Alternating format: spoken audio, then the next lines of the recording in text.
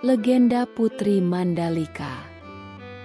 Kalau kamu suka dengan cerita legendaris Indonesia yang dikemas dalam animasi penuh warna seperti ini, jangan lupa untuk like video ini, komen pendapat kamu tentang kisahnya, dan subscribe supaya tidak ketinggalan cerita rakyat Indonesia lainnya yang akan kami hadirkan dalam gaya animasi seru. Klik juga loncengnya biar selalu update setiap kami upload video baru. Kalau kamu udah subscribe, mari kita lanjut ke ceritanya. Di sebuah pulau yang diberkahi, Lombok, terhampar permadani hijau sawah yang subur berpadu dengan birunya lautan yang jernih, menciptakan pemandangan bak surga. Di sanalah, kehidupan berlangsung damai di bawah lindungan Gunung Rinjani yang menjulang gagah. Di tengah keindahan itu, berdiri kokoh kerajaan Segara Muncar, sebuah istana megah yang terbuat dari kayu berukir indah, dihuni oleh rakyat yang ramah dan menjunjung tinggi tradisi. Suasana istana selalu riuh dengan tawa dan kebahagiaan.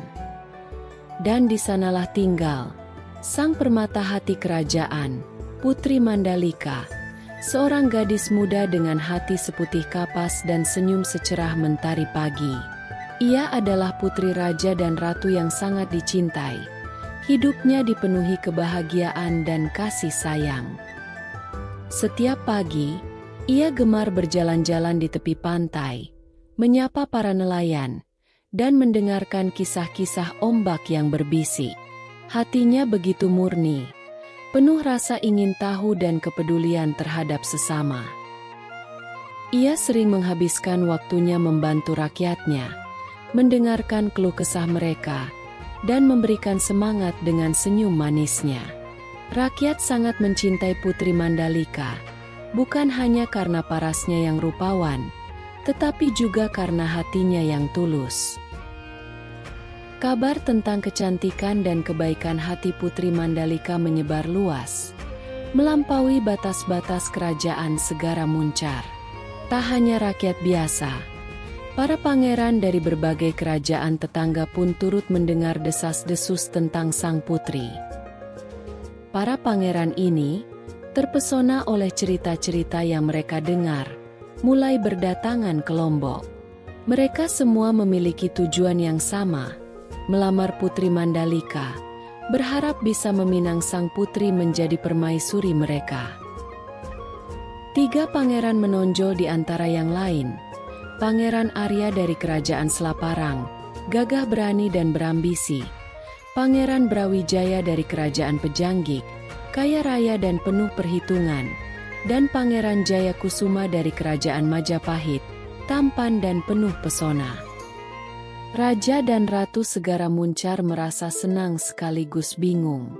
Putri mereka adalah putri tunggal, dan memilih salah satu dari mereka berarti menolak yang lain, yang bisa memicu ketegangan antar kerajaan. Putri Mandalika sendiri merasa tertekan. Ia tidak ingin melihat pertikaian terjadi karena dirinya.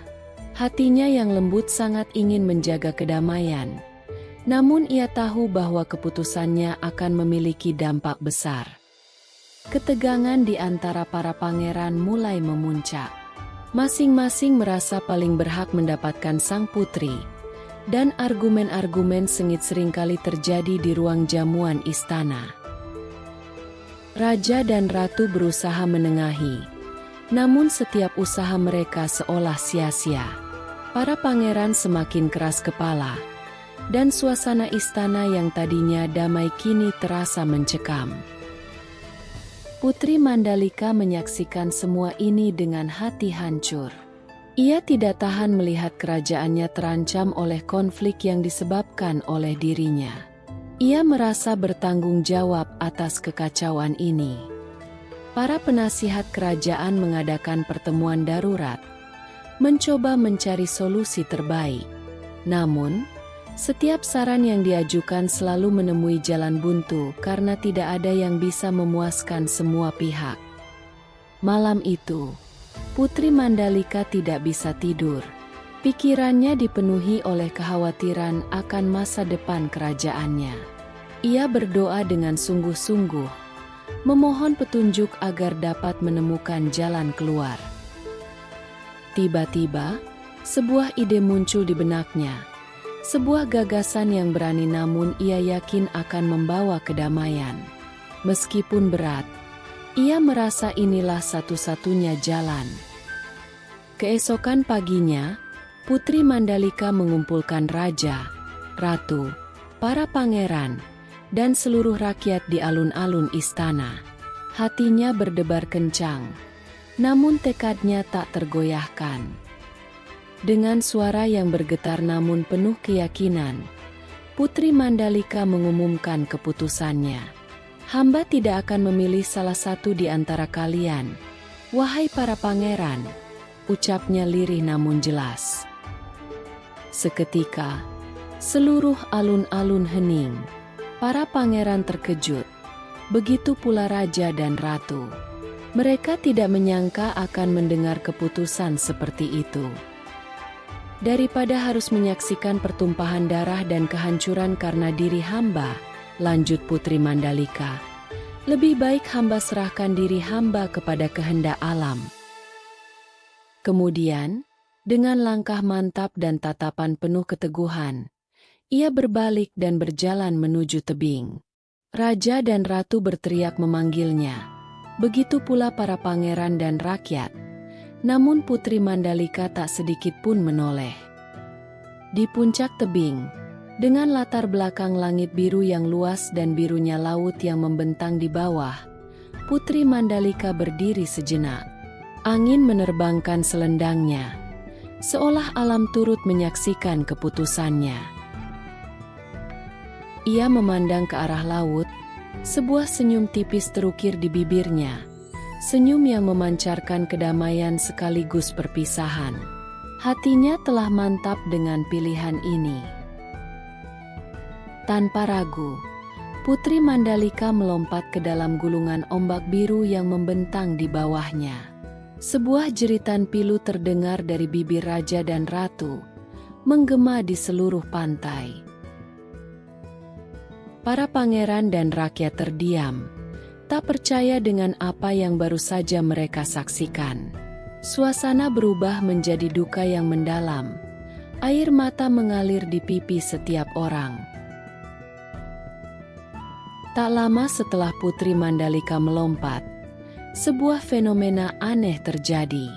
Ribuan cacing laut berwarna-warni, dengan kilauan layaknya permata, muncul dari dasar laut, berenang menuju pantai. Pemandangan ini sungguh menakjubkan, seolah-olah alam sedang memberikan tanda. Orang-orang yang tadinya diliputi duka, kini terperangah melihat keajaiban ini. Seorang ketua adat yang bijaksana melangkah maju. Ia menjelaskan bahwa cacing laut ini, yang dikenal sebagai Nyale, adalah penjelmaan dari Putri Mandalika. Putri Mandalika, demi kedamaian dan kesejahteraan rakyatnya, telah mengorbankan dirinya dan berjanji akan kembali setiap tahun dalam wujud Nyale. Kabar ini menyebar dengan cepat, mengubah duka menjadi haru. Rakyat merasa terharu dan bangga atas pengorbanan Putri Mandalika. Para pangeran yang tadinya berseteru, kini terdiam. Mereka menyadari betapa luhurnya pengorbanan sang putri dan betapa kecilnya perselisihan mereka dibandingkan dengan pengorbanan itu. Mereka merasakan penyesalan yang mendalam karena telah menyebabkan Putri Mandalika melakukan pengorbanan sebesar itu. Hati mereka diliputi rasa bersalah. Mereka menyadari bahwa Putri Mandalika telah memberikan pelajaran berharga tentang kedamaian dan pengorbanan. Tidak ada lagi keinginan untuk berperang atau berselisih. Raja dan ratu segera muncar. Meskipun bersedih atas kehilangan putri mereka, merasa lega karena kerajaannya terhindar dari peperangan. Mereka berjanji untuk selalu menjaga kedamaian dan mengenang pengorbanan Putri Mandalika. Sejak saat itu, setiap tahun pada bulan Februari atau Maret, Saat Nyale muncul di pantai Lombok, rakyat Lombok merayakannya dengan sebuah festival besar. Festival ini dikenal sebagai Bau Nyale, sebuah perayaan yang penuh sukacita dan menjadi simbol persatuan serta pengorbanan. Para nelayan turun ke laut dengan perahu-perahu kecil mereka, mengumpulkan nyale yang berkilauan. Mereka melakukannya dengan hati-hati dan penuh penghormatan. Nyale yang terkumpul kemudian diolah menjadi berbagai hidangan tradisional, dipercaya membawa keberuntungan dan kesuburan bagi yang menyantapnya. Generasi muda diajarkan tentang kisah Putri Mandalika, tentang keberaniannya, dan tentang pengorbanannya demi kedamaian. Kisah ini menjadi bagian tak terpisahkan dari identitas budaya Lombok, sebuah warisan berharga yang terus hidup dalam hati setiap penduduknya. Kerajaan Segara Muncar tumbuh menjadi kerajaan yang makmur dan damai, jauh dari segala bentuk perselisihan.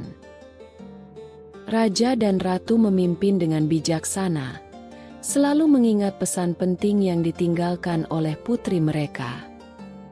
Para pangeran dari kerajaan tetangga pun menjaga perdamaian, dan hubungan antar kerajaan menjadi harmonis.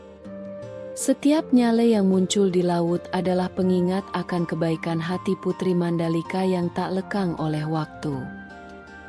Ia tidak pernah benar-benar pergi, melainkan menjadi bagian dari alam, menjaga Lombok tetap damai dan makmur. Kisah Putri Mandalika mengajarkan kita tentang arti pengorbanan sejati. Terkadang, untuk mencapai kedamaian yang lebih besar, seseorang harus rela melepaskan sesuatu yang paling berharga. Ia menunjukkan bahwa kedamaian lebih berharga daripada kekuasaan atau keinginan pribadi. Melalui Nyale, Putri Mandalika mengingatkan kita untuk selalu menjaga keharmonisan dan persatuan, serta menghargai keindahan alam. Dan bahwa cinta sejati bukanlah tentang kepemilikan, melainkan tentang pengorbanan dan keikhlasan yang abadi, demi kebaikan bersama.